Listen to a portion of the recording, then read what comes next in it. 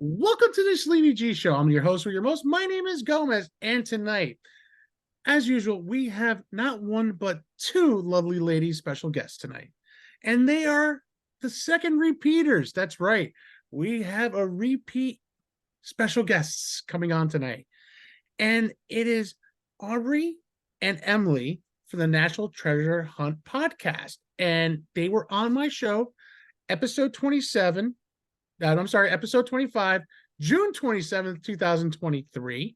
And we talked about National Treasure 1, National Treasure 2, their book that came out, which is still amazing. And if you have not read it, go pick that up. There's something hidden in the book. You have to look at it carefully. That's all I'm going to say about that. And we talked about National Treasure, the show that came out on Disney, which I did not watch, but I finally got to it. So we might be talking about that a little bit and a little bit more about our favorite movie/TV show and why isn't National Treasure 3 being done yet? Let's bring in the ladies. Ladies, how are you tonight?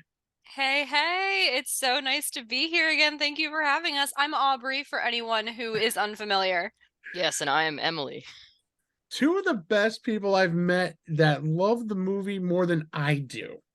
And I'll say is that they have probably the best website, the best podcast I've seen in a long time, besides mine. But to the love of National Treasure, we've talked about that in episode 1, you two. And it's kind of funny. We both, all three of us, had this passion for this movie. But you guys definitely took it to a better level than I could, because the details you guys had in your book, the hidden message that's in the book. That's all I will say about that. If you want to know, get a copy of the book. Yeah. It's actually really good too, by the way, ladies. It was. Thank you. I actually had to let people borrow the book, and so they could read it. I had a coworker. She was kind of curious about it, and I said, "Here, borrow it. I read it already like 3 times." So she borrowed the book, and she has not given it back to me since. Oh my gosh. Wait, I love hearing that. Thank you so much for telling us. So, ladies, what is new now? I know you guys did 2 tours this year so far. If I remember, one was in June or July. It was back in the spring. Spring. Okay, I apologize. We had a spring and we had a fall. The fall. You had it in September. I know that because it was pouring rain. Because it was pouring rain from you guys all the way to us, and it's been 8 weeks pouring rain every weekend up here in New Jersey. Not sure about you ladies, but it was 8 weeks of rain by me, and it ruined every golf thing I wanted to do, and I couldn't even do it. Well, I will say it was our first time doing a fall tour. We chose early September. Mhm. It was fairly early to mid-September. And I have not been that stressed in a very long time. The whole week leading up to that Saturday, I was on the phone with Emily like daily, being like, what is the plan? What is the cutoff where we cancel this thing? Because here's the thing, we love doing the tour because people genuinely fly in from across the country. And so we couldn't like cancel this thing and have Right. people have already flown in, or cancel it and they can't get their like flights refunded. Right. So we were kind of like, at some point we're gonna have to test out this thing in the rain, so why not do it in like a tropical storm? And that's what we did. And a And we had tropical some storm was. troopers.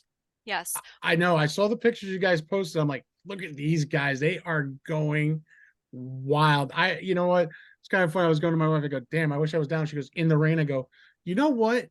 If you met Emily and Aubrey, you could actually say they're a lot of fun. You Oh my know, gosh.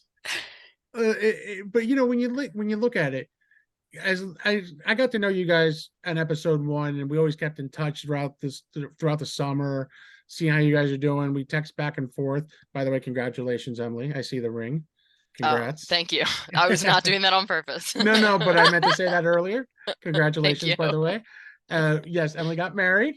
Yes. So congratulations on that. Sorry, folks, I forgot to mention that. Little details that you forget sometimes. But seeing you two interact with the groups is amazing thing. Don't worry, I had the same problem, except I have a rubber silicone ring. I'm more afraid of losing it. People talk about you guys, and your guys are very popular on Twitter. You guys are popular on Instagram, and I see it. And I repost everything you guys posted up because it's the love of the movie, and I love what you girls do. I shouldn't say girls, excuse me, ladies. What you guys do, because you guys are having fun with it and you're doing something you love. And that's one thing that's amazing. Like what I do here, I do what I love. I finally got onto a podcasting network this year. In Congratulations. Thank you. Unfiltered Studios is the new home of the Sleepy G. So things happen. I've become the number one. Well, I was number one last week in the improv. I've been in the top 20 now. It's an amazing feeling. But this is what I'd love to share what I do with you, the folks who are listening to the show and watching the show, because it's truly amazing. But what I see is the love that you have for the movies and the show. But I'm still waiting for part 3 to come out. I'm dying for part 3. And I really think they should still bring Nick Cage back, almost everybody, the original cast. I even want to see Ian Howe back because I want to see him break out of jail. Yes, I think that is my pitch. That is going to be the pitch right there. And I was thinking about that today. Ian Howe breaks out of federal prison somehow with Shaw doing the masterminding. Because I feel Shaw would be the perfect mastermind to break somebody out of federal prison. So you want Shaw to come back from the dead? Oh, yeah. But hey, you know what? No one said he died. Yes, he fell. He fell down 100 feet. He could have landed on water. That's true. We didn't hear a sound. We did not hear that. Like we heard the scream. There was no splat. But we did not hear like a thud. You didn't hear. Yeah, maybe water once again is the villain, as we like to say on our show. Hey, listen, Gates survived the jump from the aircraft carrier. Why not? Well, he was a trained professional. It's funny because we have interviewed David Diane Fisher, the actor who played Shaw. Yes. And I don't know, if you asked him, his character definitely perished. I mean, he was telling us about the mentality that he put himself in when he went into the sound booth to record the scream. That wasn't the Wilhelm scream. That was actually him screaming. Oh, I believe it. And he was like, yeah, I basically put myself, you know how actors are, right? Like he put himself and he's like, yeah, I was thinking about what it would be like to have the ground fall out from underneath me and to like literally look up and watch as my life is being like stripped away from me as I'm falling to my death. And that's how I did the scream. And I was like, oh my God, am I crying? Am I crying right now? Yeah, it's true. But you never know. Water could be the villain again. Again, you didn't hear, as Emily said, you didn't hear that thump, that splash, nothing. Or you never know. Spider-Man could have swung in there, save him, or Venom. You never know. Or what about Nick Cage's Superman? True. He was in the his AI generated image popped up in the Flash. Yeah. No. Or hey, Michael Keaton could have saved him too, or Christian Bale, as we go off topic on that one. But again, it was interesting because the pitch is to get National Treasure 3 started. And that's something I'm still pitching myself with you ladies, because I feel like there is more there than people don't realize. There's empty question marks from part 1 to part 2, even to the show, which they damn canceled. Sorry. Oh, so you liked the show? I actually did love the show. So I actually got really into it. I was kind of surprised. When I said it the first time, I was kind of and I started watching it and then seeing Sadusky, Hendricks, some of the old characters, seeing, and that was like, okay, you know what? That's a nod. And when what's his, oh God, I forgot his name, that called Gates up. It's like, hey, we're working this thing on for like 15 years. You know what I mean? So it's like, it's kind of amazing that they're still working on page 47. So that means, listen, it's time for part 3. Let's get this going. So, Gomez, we're here to quell some fears and potentially ignite new ones, okay? Mm-hmm. Emily, I see your face. Would you like? There's no need to ignite new fears. Like, let's just always until this movie is greenlit, there will always be fears. Okay, so we do know on very good authority that a very late stage script for National Treasure 3 exists. And it has gone well enough up the chain that pre-SAG and WGA strike, it seemed from our perspective, our informed perspective, that a green light was coming pretty soon. So Not the first person to hear that, actually. I've heard the rumors. I mean, well, you guys have the better update than I do. I've heard the rumors. Yeah, so there's been a lot reported on this, and Yeah. Screen Rant and Deadline and everything like that. This is coming directly from Turteltaub, the director. We're really, really close. And you were talking about, needing Nick Cage back. They're not going to do it without him. Good. They're not going to do the third film without him.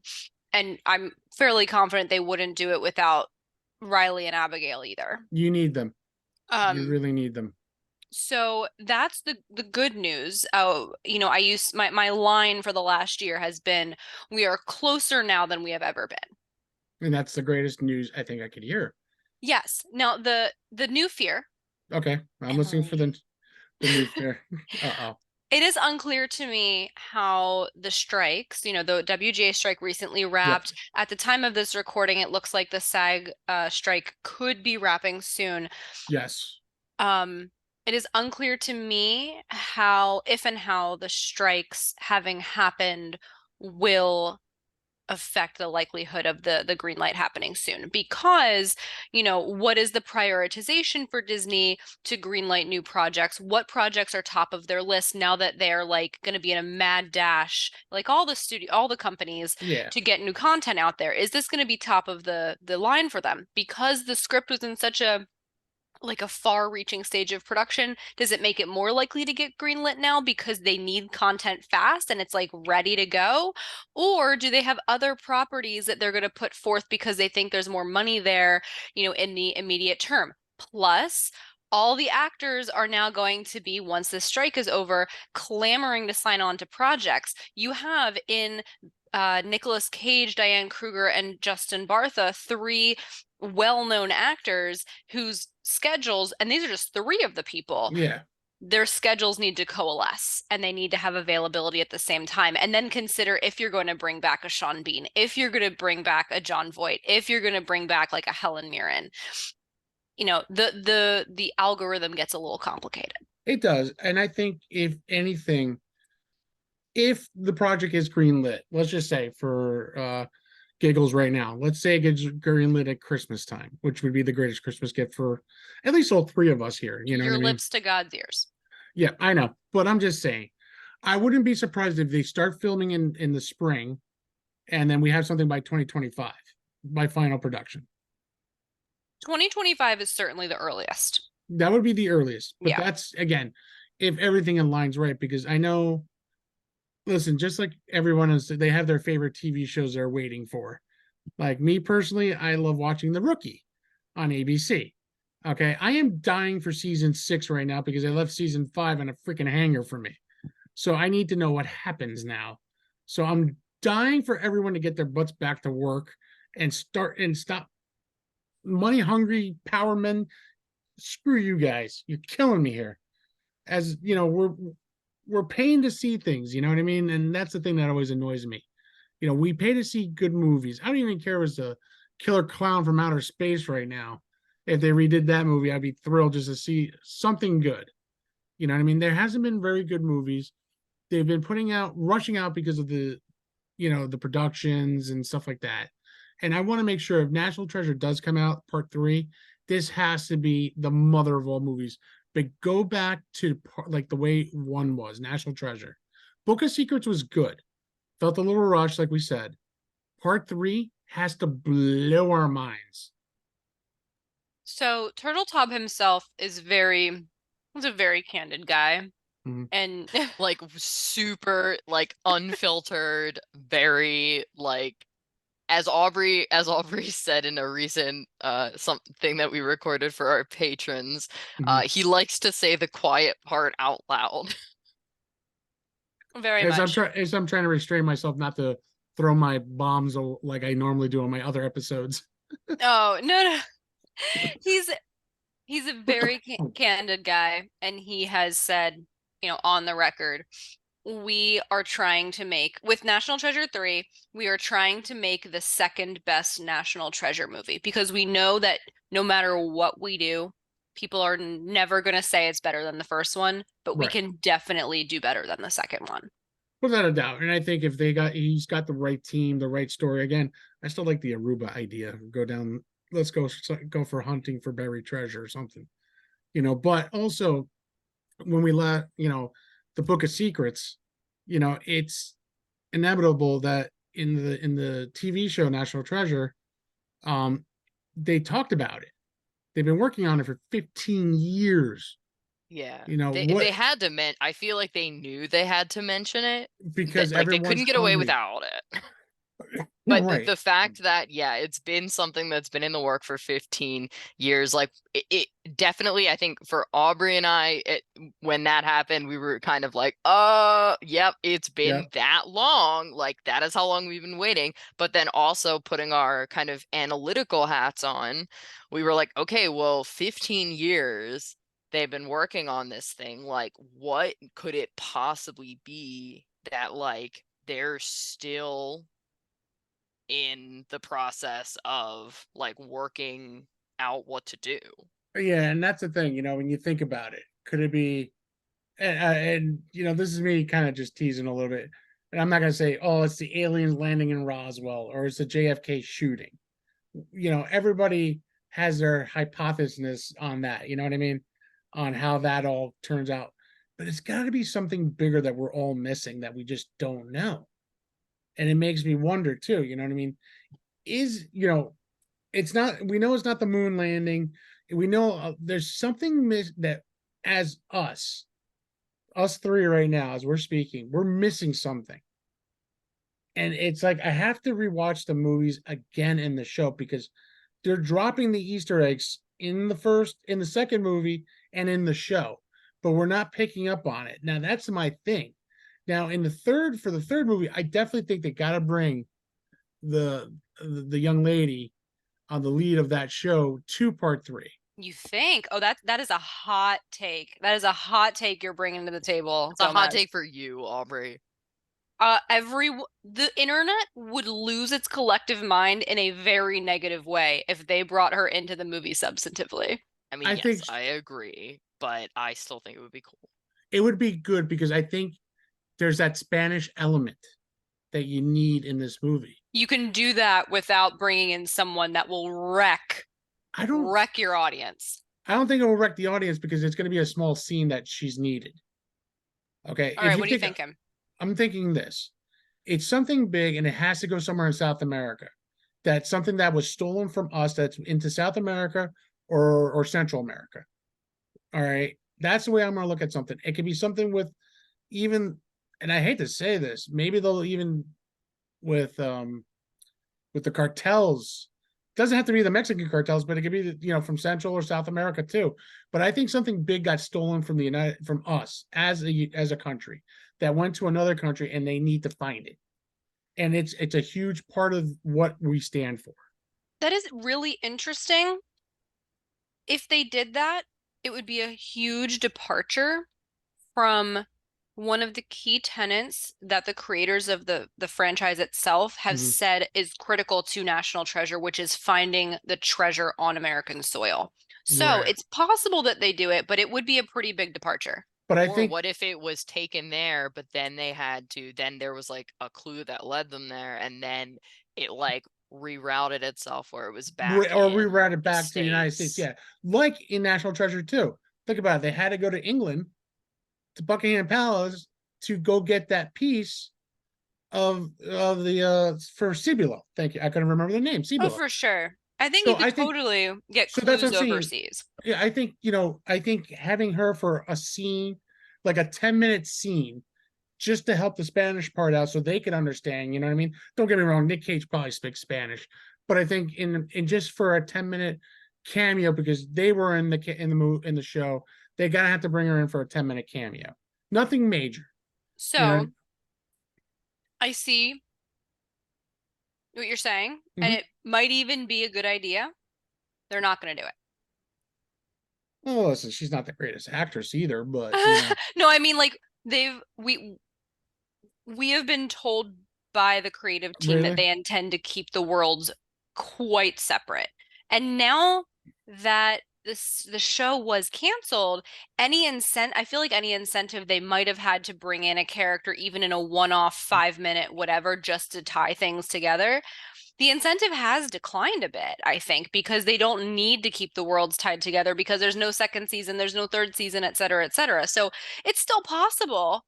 I right? pers I personally think it's much more likely you would get like a Dr. Zeke or an FBI agent Ross in the movie than you would like one of the main guys. You never know. Don't forget, it might the script could be rewritten again.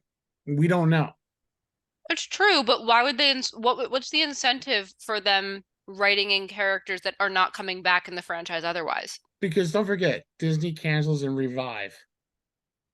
You think Disney, there's a chance? I have a feeling. I can't. I'm not going to confirm anything, but Disney is known for canceling shows too early and they bring them back 2 or 3 years later. Disney's known for this.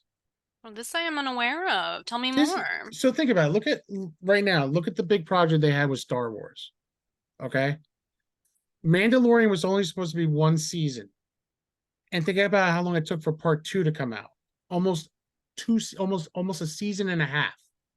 If you in almost a year and a half, it took for part two to come out, and then three came out. Now four is on hold because of the strike and everything. Okay, Oksana was bookshelved for 5 years by Disney because they didn't think it would be great. And what is it now? It's a hit show on Disney. So here the greatest one, Mighty Ducks Comeback, the Mighty Ducks show, 2 seasons. I thought that show was great, lacking a little something, but they canceled after 2 seasons. Could it be revived again with Emilio Estevez? It can. They might do it in 2 or 3 years from now. That's what Disney does. They try it for 2 seasons or a season, they'll bookshelve it, and they're going to bring it right back. Now, are those shows that you're referencing as examples? Of the canceled shows right now. Were they? Yeah, I was gonna say, are they like actually canceled, or is it just like they've Yes. been quiet on the renewal front? No. Oksana, I have not heard anything about a season 2 from Star Wars. The Mandalorian is waiting for season 4. The Mighty Ducks was supposed to have a season 3 because it kind of left a little bit of a hanger, but they canceled that show. So little things like that. It's like Netflix too. You know what I mean? They cancel a show, but Hulu will pick it up because they might go to another station. Great example, Cobra Kai. YouTube got huge because of Cobra Kai, Sure. and then they went to Netflix. But And you would never get that case scenario with this because National Treasure is a like Disney Disney, property as a yeah. franchise. But that's what I'm saying. Disney could bookshelf something for a year or two or 5 years from now and come back to and say it'll become a hit TV show. You never know. Aren't you giving me a little hope that I didn't have before? I'll be honest. Listen, I watch so much TV and I watch so much Disney. I mean, some of the stuff that they're bringing out right now has been like, sorry, Disney. I love you very much, but you've been putting out some really bad stuff.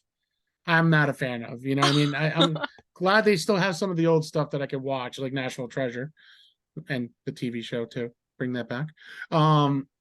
But the thing is like, we talked about 3 in the last episode, and we were talking about like, where can they go? You know, I mean, I think South America, Central America, to find that clue. We said maybe go for Aruba or Jamaica, look for the buried treasure, Into the Blue, like Paul Walker did. You know what I mean? You know, you're not going to find your $100 million sunken ship, but you'll find that clue again. It's something's going to happen, and I think either it's somewhere in Maine, okay, because of all the woods and the bears and all that stuff. Or you know where I would love to see is the Colorado Rockies. I think there's a very good shot that they go west. Maine is an interesting idea for sure. I mean, that brings up the idea that we've talked about, actually looping it back to our tour. We often asked folks on the tour, where would you like to see the movie go? And this time around, Boston came up in conversation because people like think that Boston was covered in the first movie, and it sort of was. They had that one scene at the end for like 30 seconds. At the And end of the movie. technically, the Revolutionary War era does implicate Boston, so you feel like you have a Boston vibe, but you don't really do Boston. So like No. that's interesting that you mentioned Maine. I've always been like Salem witch trials, Wow. Yeah. you know. But the only reason I don't say Hoover Dam is because it was used in Transformers. So Mm. I would have said Hoover Dam, but it was used in Transformers to hide Megatron and the Energon cube. So we can't use Hoover Dam anymore. You look like you're smiling, like you're half joking, but that's one of the things we talk about all the time. If it was used in another popular franchise, especially a franchise that for some reason gets directly or indirectly compared to National Treasure, it ain't happening. Yeah. I would have loved to have seen that used in National Treasure, I think, for the third film. But the Colorado Rockies is significantly a good spot because you could hide anything in there. Mm-hmm. The dangerous rapids. Because if you think about when you think about part two, think about the water where they found Water. I know. Where they found the crest in the rock. Okay. It was by a lake. It was in the woods. So maybe Maine could be thrown out the water, out the door. I shouldn't say water. But the Colorado Rockies, doom buggies, SUVs, Humvees, mules, horses. You could do a lot of things. Rapids, water again. They love the water, don't they? Uh, you know, um, things like that, and it makes you wonder because the first movie, you had the Hudson River. Mm-hmm. The second movie, you're in the Dakotas where our four founding fathers are. Okay, you had the massive lake in the background. The third one has to have some kind of water in it because there's a theme with this now. I have to say it now. There's got to be a theme with water because it's needed. It's so funny. Emily, how have we not? We talk all the time. We're like, Library of Congress, gotta show up in the third one. Charlotte, gotta show up in the third one. We've never said water, but like legit. It's legit. I mean, because think about it. When first one happened, we saw Charlotte, snow, and where was it buried under? Frozen water, technically, in Antarctica, if I remember correctly. Okay. Charlotte was in the water, technically, in frozen. That's hint one. And she almost spits up her water or coffee almost. Think about it. Okay. Now they go to Europe. What happens to the piece of the wood? Where does it go? Into the river, and they jump in and pick The up. River Thames. Oh my God. Okay. Then they go find the crest in the rocks in the Dakotas. What's behind there? Water. What happened when we went to Sebula? We break the thing and the damn water's coming in from that lake. Gomez, you're onto something. There's water everywhere. So you got to think about where they can go and take it. I think Maine would be a great spot. Okay. Surprisingly, what would be an awesome great spot too? Michigan by the Great Lakes. Ooh, Great Lakes. That actually is a great idea. Lots of water there. You got a couple of different lakes there. Definitely the Rockies because of the rapids. But you know what? Why not the mighty Mississippi? Follow the line. That'll get you your Edge of History connection too. Yep. There's history everywhere. Oh yeah. Well, so it's funny, you've mentioned a lot like where are we going to put the treasure or like what is the treasure going to be? That's obviously super important for a treasure hunt movie.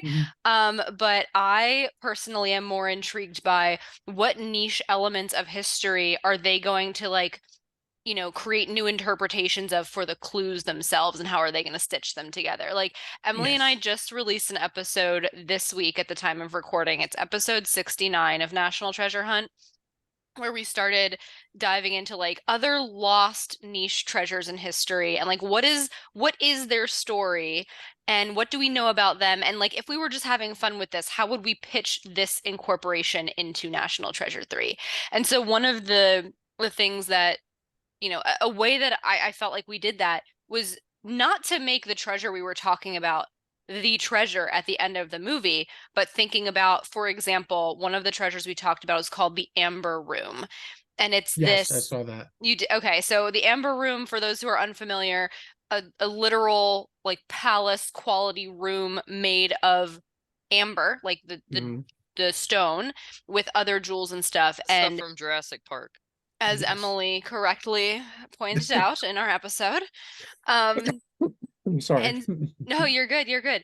And basically the very short version of this, it was sort of created and then gifted between royal like royals or like ruling class people in Russia and another country, and the gifting of this room from one to the other was to create a political alliance against, I think it was Sweden, like some other country. And then later on in World War II, the Nazis steal it, and then, no one knows what happened to it or something like that. And so my interpretation wasn't, oh my gosh, we find the Amber Room at the end of National Treasure Mhm. 3.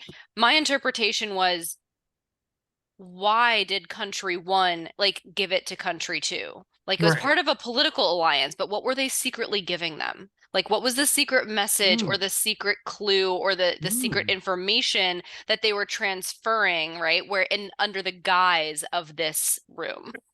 I actually like that a lot.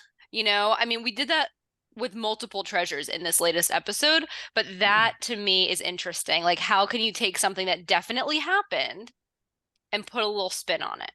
No, as I'm looking up to the sky a little bit, I'm thinking about it. Like I could see that. Hmm. You know, I love the idea.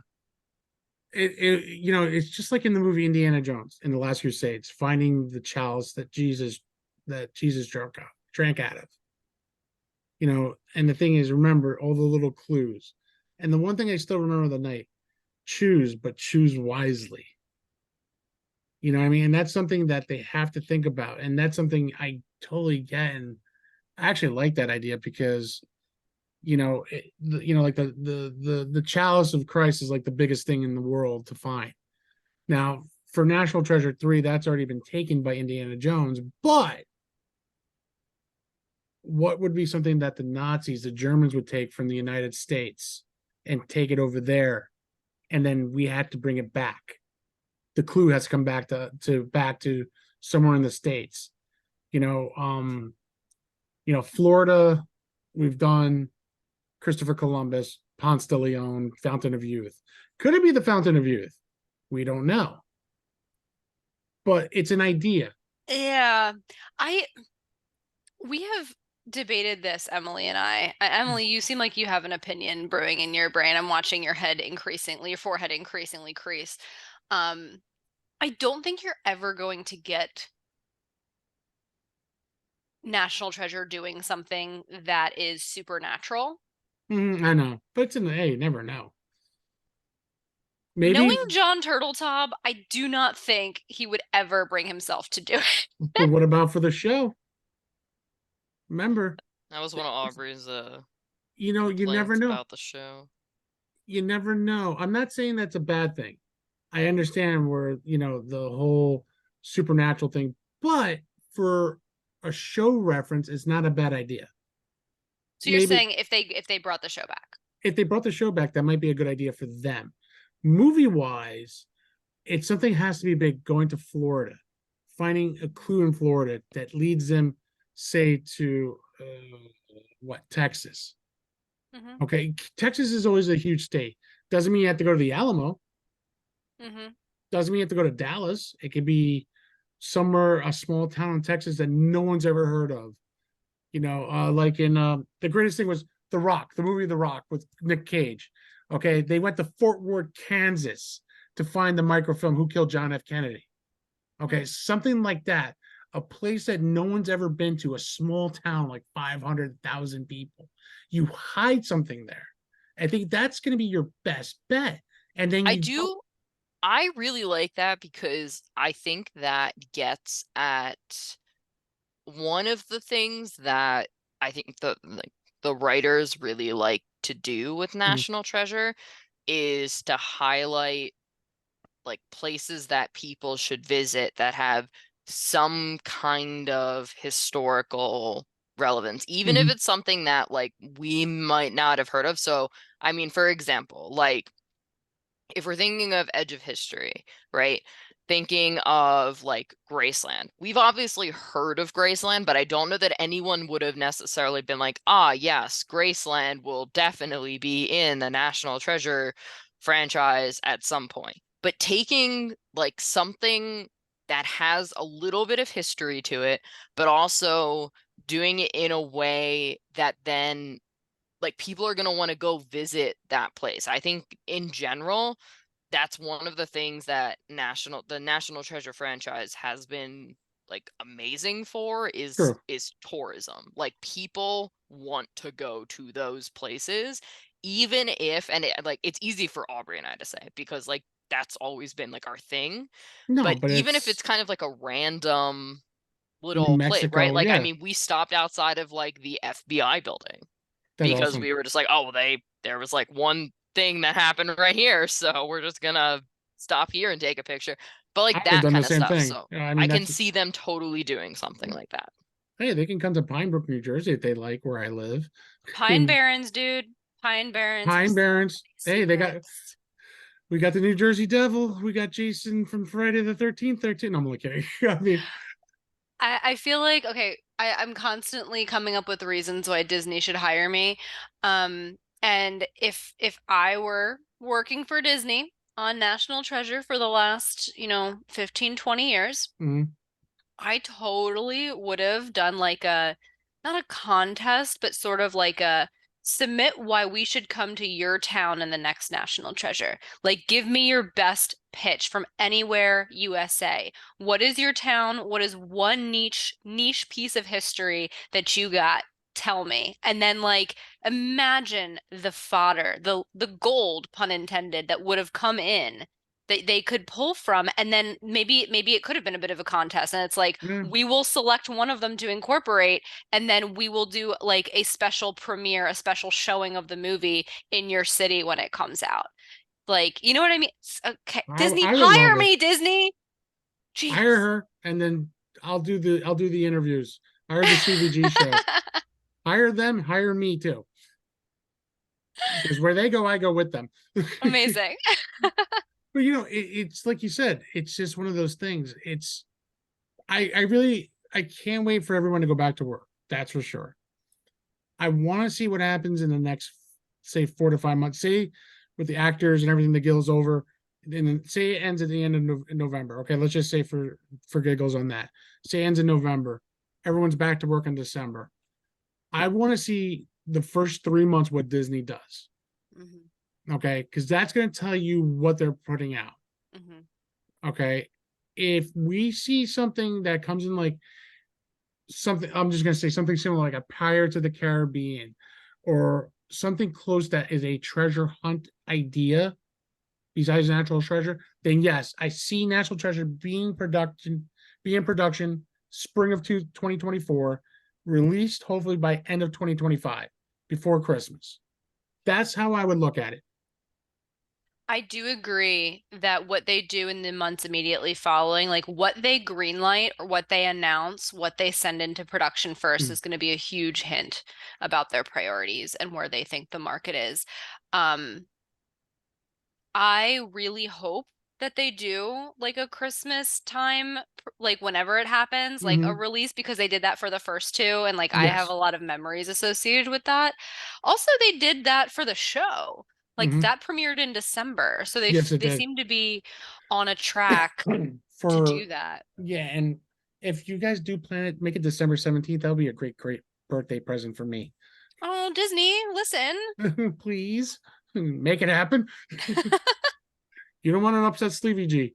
But I it's just will what say that I think we're in like a good like position because there has been this resurgence in terms of like thinking what Disney might do next. There's been this resurgence in like not reboots, but in like mm, continuing The stories. And like, while a lot of people, and I agree with this, will say that in a lot of ways that's because people are a little bit afraid of writing like completely original, like completely new characters and Yeah. like stories and stuff. I think for our thing, like that could come in handy because Yeah. you're Yeah. writing a different story, but it's within this universe. But I mean, they just did Indiana Jones, right? Marvel's still plugging away. They just, I mean, it's not a Disney produced thing, but they just acquired like basically all of Doctor Who. Yes. And like that, it literally that show was like not being produced for like, I don't know, like 25 years or something, And now look and at it then all now. of a sudden came back. And like I said, Disney wasn't involved in that from the ground up, but I think that like what it's investing in to put on Disney Plus and stuff like that is definitely potentially telling and like promising for And kind did of you what we're looking for. see that they just announced today they're going to be acquiring all of Hulu, Oh, I Yeah, didn't. I heard something like that. which means, and it's unclear if they're going to merge the platforms. And if not, now you have two platforms you got to stock. Well, I actually don't mind, but I hope they don't take. Listen, Disney, I love you to death. Don't take the Hulu brand away from me because it's easy to find shows I love, and I don't think you could take away the Kardashians. That's fine. No, we like the Kardashians I, over here. Aubrey nah, does. I don't. Sorry. I could care I less. exactly. As long as they don't take away the housewives for my wife, then I'm fine. Was gonna say But my parents would be really upset about that. yeah, unfortunately, you're from New Jersey and you live close Oh, to my one of them. parents love that one. My wife saw one of the cast members in church this past Sunday. No way. Yeah. Oh my gosh, I'm when I tell my dad that, he's gonna be so thrilled. Yep, and my wife saw Teresa and Louis at church. No. Even I know who that is. Yeah. Yeah, yeah. They saw him at church by where we live. True story. That's My so wife goes, fun. my wife goes, "Hey, do you know who I saw?" I'm thinking it's someone that I know. I'm like, "Oh, was it this?" Is like, "No, Teresa and Louis were in church, and they came late too." I New said, "That's Jersey's not a surprise." got New Jersey's got its fair share of famous people, like Yes. in all different levels of fame. So Yeah. that's nice. I'm one of the smaller unfamous ones. I'm in the bottom of the barrel, but I'm happy. I'll take that because you know what? It's kind of funny. People are starting to recognize who I am in the show because I've gone to places like I recognize the patch, I know the hat. Oh, that's amazing. That's So huge. Congratulations. so to get some recognition a little bit, I feel great. So, you know, and you know, it just takes a part of who I am and who you guys are. You know what I mean? The love of the for the movies, the show, and what I do here is it's a huge part of what we do. Hmm. You know what I mean? Everyone goes, "Aren't you tired of that?" I'm like, no, I can never get tired of something that I love. The only way I get tired of it is when it becomes more of a job. Yeah, I mean, I don't know if you can relate to this at all because I don't actually know when you started, when you launched, but um for us, I've definitely noticed an evolution over the now more than 3 years that we've been Mm-hmm. doing National Treasure Hunt. You know, in the beginning, the friends, the family, it's like, oh, how's your little National Treasure project? And now it's like, what's your next big thing? You know what I mean? Like it becomes more serious. Like at some point there's a shift and people start taking you seriously and it's a little annoying that they didn't before, Yep. but once that shift happens, it's kind of wild and I've certainly been grateful for it. Well, Yeah, I it's think kind of I've funny. definitely bought in to like, I don't know, everything a little bit more. I think the beginning was very much Aubrey was like pulling me along, and there are still times when that's the case. Mm-hmm. But I think like having these opportunities to do some of these bigger things, which definitely wouldn't happen without Aubrey at the helm of things, I think has really like just made it even more fun for Yeah. me and feel less like, oh, I have to do this thing, and more Mm. like, oh, I get to do this thing, which is why we started doing it in the first place. And that sounds like you're saying the exact same thing. I am because I started my podcasting career a couple of years ago with another show, Hmm. Playlist Wars, which I did with Right. my best friend, That was and hugely successful, by the very way. hugely successful. Loved every minute of it. our schedules were conflicting because I have younger kids, he has older kids. So this is why I do my show at 8:30, because I put my kids to bed. So he's doing homework with the kids at 8:30. So it was very difficult. But at the end of the day, he has his new show. I have my new show, which, I'm super stoked for him. He's doing very well. And he's loving the fact what I'm doing here. He goes, you found something you love and you did it with Playlist Wars. You practiced there and you're on your own. If you think about it, Sleevey G Show was born January 25th, 2023. This is not even a year old. Wow. Okay. We are getting close to 50 episodes. I have now broke down a little over 1,000 downloads right now. Nice. Okay. My goal was at December 31st, 2023, was hopefully 500 downloads, at least 50 YouTube followers. Okay. To have it broken before December has been, the only words I could say this, and excuse my language, people, pretty fucking amazing. Yeah, because that's the best awesome. way, for me, because I don't have connections. I was doing everything from scratch, blogging my heart out. I'm starting to do more research on my blogs before now I post, because I need better content. I got to write better. You know what I mean? Notice a little notebook here. I actually had notes, for even tonight's show, to bring back, because we had to talk about what we said in the first episode to now. And and it's a true joy of what I do. If it wasn't for my wife and my kids pushing me along, I would not be doing this anymore. I'm going to be honest with you, ladies. There was one point in August that I came to a crossroads and saying, do I want to keep doing this? Yeah. And I don't know what lit some kind of fire up my butt, and here I am tonight talking with you ladies again. Yeah. It's because of the joy I have talking with everybody. If you heard I had some emotional episodes. My buddy Kevin, my friend Luke, Angela with her son being autistic, my buddy Brandon with his twins being with CP. I have emotional shows. I'm not, it's not all about fun and it's all about fun and games, music, the love of the movies, but also there's some serious notes that people don't realize. That that's what I'm doing. Is I am probably in the biggest market in the world, in New York, New Jersey, in Pennsylvania. Okay, it's bigger than LA. Okay, and this is the hardest market to break in. But when you start hearing people saying, "Oh, Sleevey G, there he is," and you're getting a little recognized a little bit, with you ladies coming onto the show again, having Cara DeFalco coming back on the show, the band Raising Arizona came back recently on my show. Just having some of these guests coming back means a lot to me, because that means they had fun. Yeah, totally. And and hopefully next year we can come back for a third time and talk about National Treasure 3. Hopefully. That would, gosh. once we hear goals. Right now, that's the goal right now, to get you ladies back for talking about National Treasure 3 and how we can get premiere passes, or at least you two. At least if you guys struggle with a third one, send it my way. I'll be there. I will find a way to be there. Well, we'll keep that in mind for sure. No, I think what you've done clearly by creating a community or a space for people to feel comfortable and welcome, and a friendly environment to talk. That's like the quintessential part of podcasting with people other than yourself, right? Like it's all about the dynamic, and all you can do, especially if you've never talked to the person before.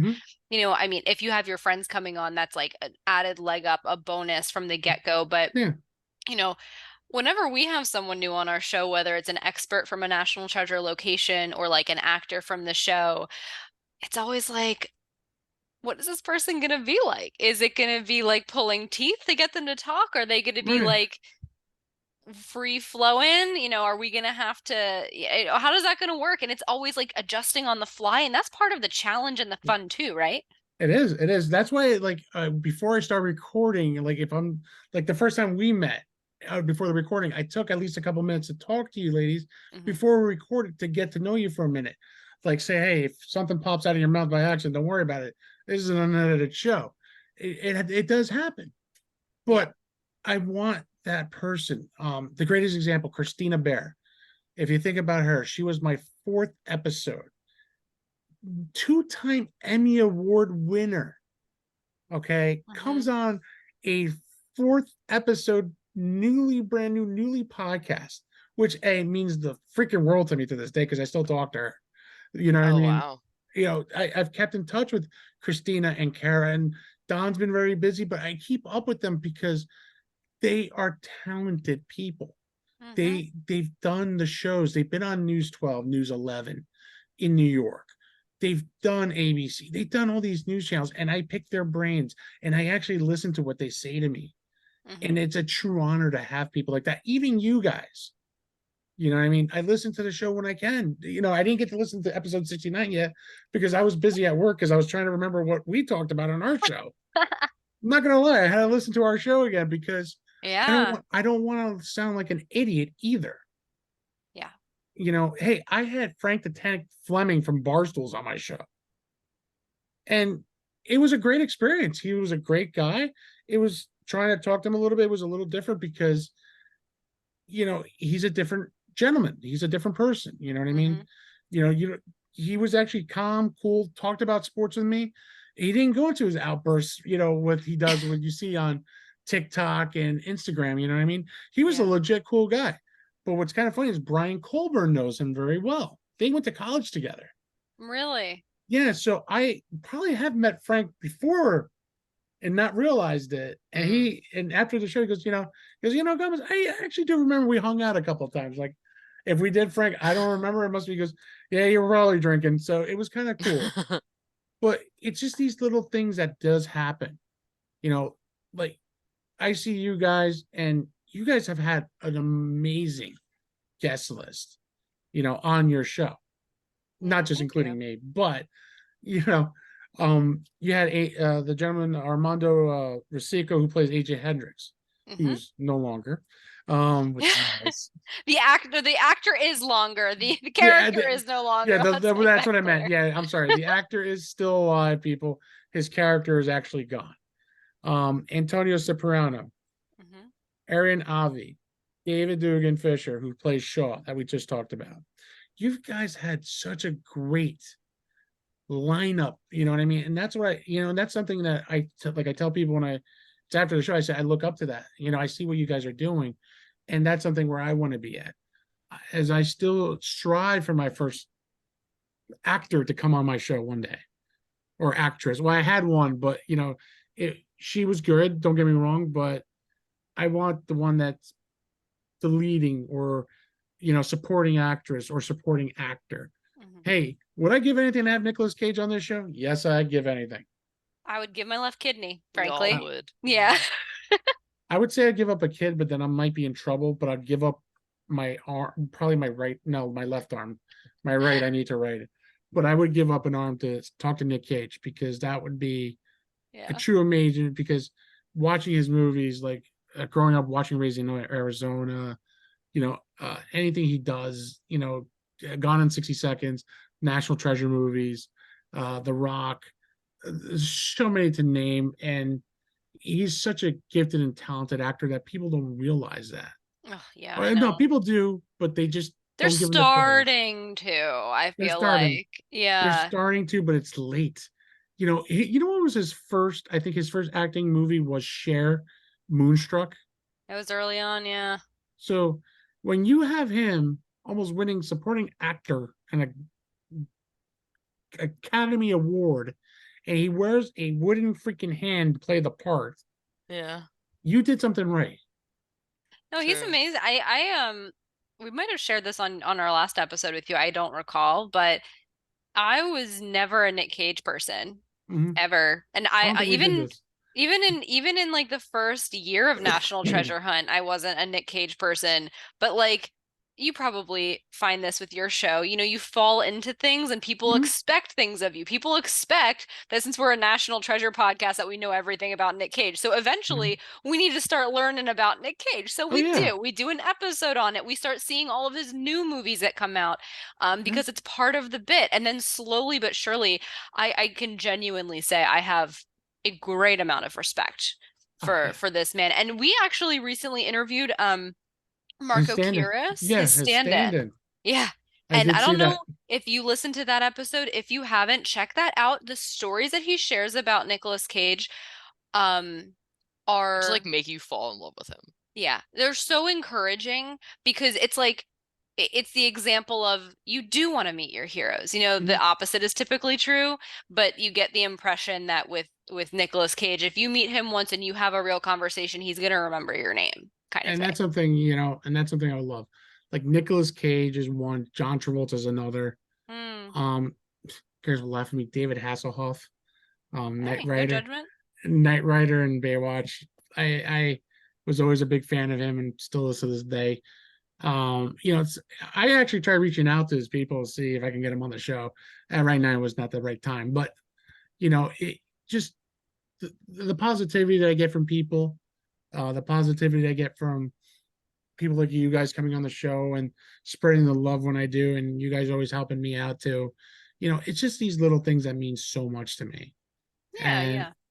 and I'm so grateful for you ladies, for coming on again tonight. Again, we really covered a lot and sound like we were arguing, but we weren't people. No, We no, were no. talking, It was all in very good long. fun. It isn't all in good fun because as you can see, we are passionate of what National Treasure 3 could become, guys. Yeah. Emily and Aubrey, I can't thank you enough. Before we sign off, anything big happening with you guys soon?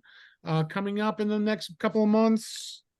Well, we are very quickly wrapping our season 7 of our show with I'm not sure when this episode is coming out, but we have a very special interview with a location expert for our season 7 finale. And we're actually already in the process of scheduling some pretty exciting stuff, some events in 2024. So we hope that everyone will stay tuned into our website, NTHuntpodcast.com, as well as our social media at NTHuntpodcast on Twitter and Instagram, to keep abreast of what we are doing in the new year because there's nothing that we can announce yet formally, but I can confidently say we'll be out in the community and there will be some fun opportunities to engage. I mean, just to give you an example of what I guess I mean there, we had the distinct pleasure this year of celebrating 4th of July at the U.S. National Archives in Washington, Yes. D.C. That we were invited to come give a lecture and host a screening of National Treasure with now 300 of our closest friends. The auditorium was packed. So that kind of stuff is right up our alley. We're hoping to do more of it. And so you'll see us out in the community in 2024. Yeah. That is great. And I'm looking forward to seeing that. Hopefully, if it's in Philly, I'm going to try to make it. Sounds good. There's a Because non-zero chance that we will be in Philly next year. but if I'm in the area, I definitely let you girls know because I would love to catch up and meet up with you guys again. You know what I mean? I wanted to go to that book signing but work always kills me here. I will catch up with you ladies sooner or later. I look forward to that day because I have fun episode 1 with you guys, this episode again, and I look forward to many more with you girls a lot. You guys are truly awesome. Guys, keep an eye on their show. Please check them out, National Treasure Hunt Podcast. Emily, Aubrey, 2 very beautiful ladies that come on the show, talk to me about this stuff, and I can't wait when National Treasure 3 comes out next year. We hope, or at least get the green light. But we're going to keep pushing. I'm going to try to help out as much as I can because I wouldn't mind. I would love to be in that premiere because I'll definitely get some cool swag for that one. Well, thank you so much for having us, Yes, Gomez. thank you. No problem. And again, guys, as you can see, dreams do happen. Look at these ladies, man. They have a book. They're going everywhere. They've done a lot of stuff. They've done tours. Keep pushing, keep shooting for the stars. As everyone, as I say at the end of the show, thank you for everyone for tuning in with us, and nothing but love, peace, and happiness. Good night, everybody.